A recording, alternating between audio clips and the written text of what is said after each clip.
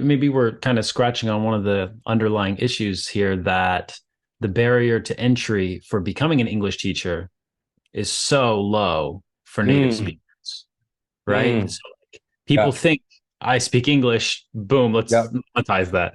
And totally.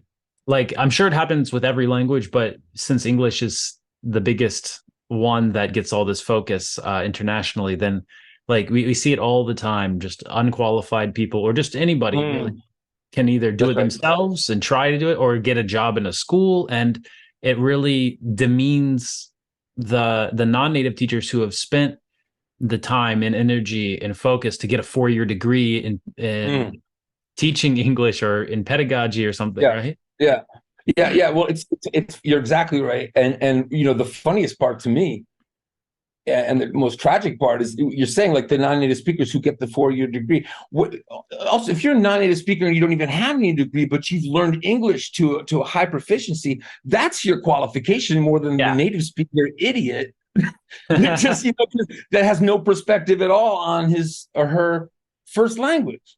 This Yeah. native speaker, the non-native speaker already has you beat at Yeah. the gate because they've learned, and you're sitting there like, I don't know any other languages. We're just talking again about that person, like you just said, who's, because they just speak English and English. And by the way, people are like, well, if you want a French teacher, don't you want a native speaker? Well, me personally, not necessarily, but I just want this to go out there. You can't compare the idea of wanting, in my opinion, you can't compare the idea of wanting a native speaker of Korean and teach you Korean as opposed to non-native the same way as English. English is a world language, period.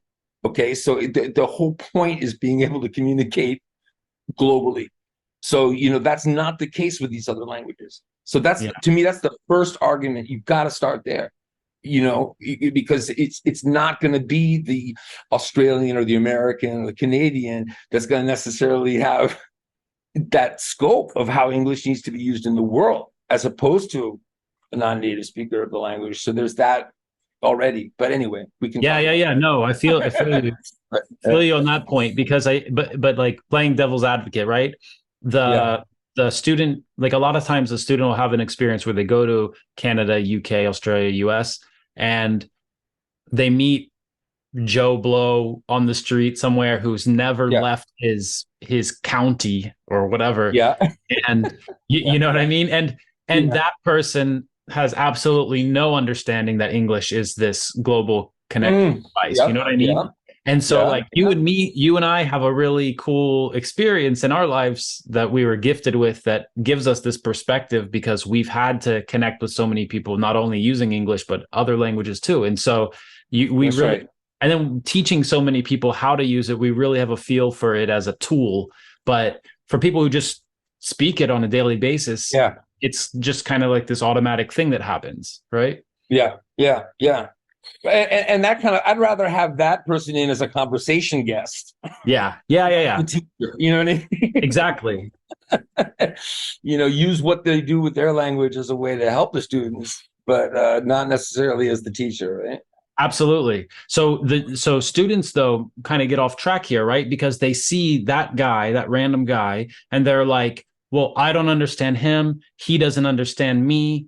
Yeah. But 80% of the international community would understand Yeah. this person speaking, but that random guy there doesn't. And so students make this mistake, right? I They try understand. to get an accent, like imitate an accent of Mm, like mm, mm. local niche down version of the Yeah. language, and it You, makes it you're, harder you're to understand. I think we're in a transition, though. I don't think that's going to be the case for much longer. And maybe it's a moot point as we move into like AI and stuff anyway, like as a way how we communicate internationally and globally Yeah. with translation tools and everything else. So, I mean, yeah, yeah. No, that's a good point to bring up too, because like even if AI can automatically generate the language for us, right? So Mm, if we speak or even later think, and then it mm, produces this communication, whether that's text or voice or something, right? So mm, um, after that happens, we still will face the issue of the cultural aspects of language because Absolutely. And guess who's going to help most with that? It's like, again, people with experience, whether they're yeah, native or non-native, the passionate people. If you can't teach better than a robot, then you should be replaced by one is basically the way it's going to be, right? There's going to be a need for teachers, but it's going to be the ones who've got the people skills, the ones who can really talk about the culture and all of that, that can use, best of both worlds, use all the great, corporal language from AI, because the stuff is so good. People are like, yeah, what do you think of large language models? I'm like, well, in my world, it's all about like collocations and how frequent idioms are and whatever. The internet will say, oh, these are the most common phrasal verbs, whatever, but that's somebody's blog. I want a corpus. So now I don't just have like, the Coca or the British corpus. I've got, GPT, and that is like, if you ask GPT to give you, the high frequency language, or to make this paragraph more this style or this style, come on, yeah. it's so good. It's so good. It's not. I don't care like about if the information is accurate about the history. This is not large language models are built for this, for how good the language is, and that's amazing, really.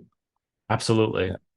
Well, that's a good question. Like, what even is a native teacher, and does that even matter? For me, no, I don't think it matters at all. If we speak about teachers, like real teachers who have classes, who teach, I don't think it's important. I think here the knowledge is important. Not just the knowledge of the language, but the knowledge of the teaching, the knowledge of methodology, right? And we have a lot of native speakers who travel around the world, and they teach in Asia, for example, in China, in Thailand, like a lot of countries, in Vietnam, and they don't basically know how to teach. That's great that that's just the native speaker. And that's it. That's cool. That's great. That's also makes sense, I guess. And it also you can have a lot of advantage there. You can take a lot of advantage from this kind of teacher. That's great. And I also, for example, I like to speak with native speakers on some different platforms like italki, Cambly. They're not necessarily teachers, and I don't need that. I want just to speak with them, to practice, and that's totally fine. So I think that education is much more important. I would prefer to take a Russian, I don't know, Indian, French, whatever, English teacher, but if he is a professional, for me, that's what is really valuable. Are you a native speaker of Russian? I am. Yeah, I am. Am I a native? We've spoken Russian to each other. Am I a native speaker of Russian? First, I thought so. Yeah, When we spoke, you understood. Yeah, I realized that you aren't. Yeah, I realized that you aren't. So, like, what are the criteria to decide if someone's a native speaker or not? Because this question comes up sometimes. Sometimes people will watch my videos and say, "Oh, you're Russian." Maybe they see Chris Americo's name and they're like, "Oh, that's a Russian thing." Maybe they, for whatever, they know I live there and they fly, but. So like this question comes to me a lot, like, are you a native speaker? And so a lot of people's expectations of what a native speaker should be, they're not exactly, they don't have a full understanding of what that really. So for you, what does it mean to be a Russian native speaker? When it's your mother tongue, when you were born in the country, right? Or when your parents are the keepers of this language. When you speak this language from the birth, you might be bilingual, and even if you, for example, sometimes, you sound like native-like, and sometimes when you speak Russian, you can't figure if you're Russian or not Russian. But still, sometimes as an immigrants, as a holders of this of this language as a second language, we got some problems to not problems, but we have something that a native speaker can figure out, something that native speaker can when he can realize that you're not when you weren't born there, or that your parents are not.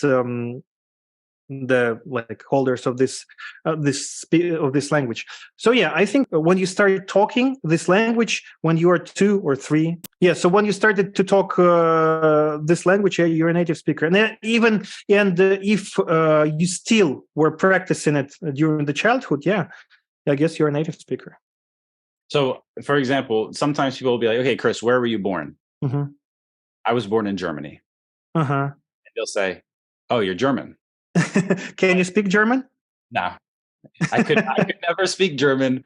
I've never had a German passport or anything like this. Both my parents are American. My father was in the military, so he was living in Germany time when I was born. So no, you're not a native speaker. Yeah, of course. You can be born in any kind of country. But for example, right now we have a lot of people from Syria, right, and from other countries in, for example, Europe, in Germany again, right. But their parents, they're from Syria, so definitely this person, if he goes to the German school, he will be bilingual. But yeah, so he will be the native of his parents' language, and he will be the native of the German language only if he started to practice it when he was a child, like the kid. Mm-hmm. And you also can be the polyglot from the birth.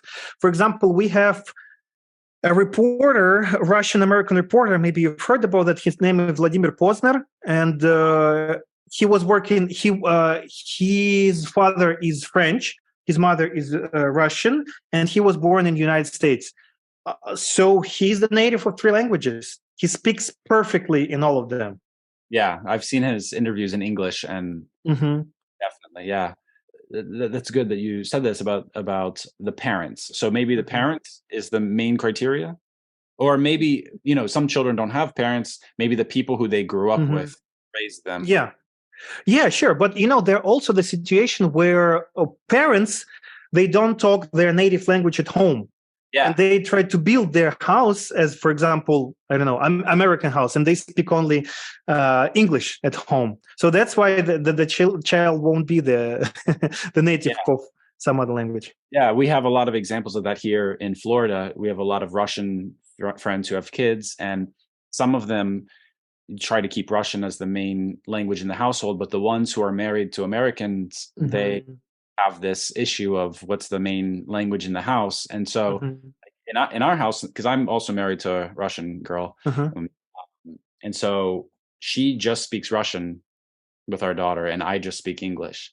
And that's amazing. So if she asks my wife something in English, my wife will be like, what? And yeah. And so we really saw a boost in her Russian skills when she went back to visit her grandparents in Russia. Left her with the grandparents for a few days alone, and she was saying something like go away, or go away, or something like this. And Dedushka, her grandpa, thought she was saying davai, like let's go. And so she quickly learned if she wanted to get her way, she had to change. So but yeah, we have a friend who father's American, mother's Russian, and she tries to speak Russian to the little girl, but she always answers in English and says everything in English. And so like now she might understand what her mom says, but she doesn't speak Russian. And when my daughter and her play together, they play in English, even though they're both Russian. Nice. Great. So yeah, definitely I think the household language is a big one. And I know a lot of people who live outside of English speaking countries, they might try to do that. Maybe in Russia, some families that I know there. Yeah.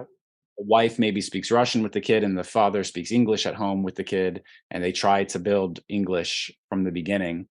Yeah, we have a lot of, in Russia, we have a lot of people from Caucasus, right? It's called Caucasus. Yeah, Caucasus. Yeah. So and their children, they're like completely native. They're natives basically. They're native because they were born here. They speak without any accent. Their grammar is perfect. It's just natives, but their parents, they speak with a very thick accent, but they're very native-like. very native-like. So the parent, the children, they are the native of two languages. Their language, for example, Azerbaijan language and Russian language. Yeah, definitely.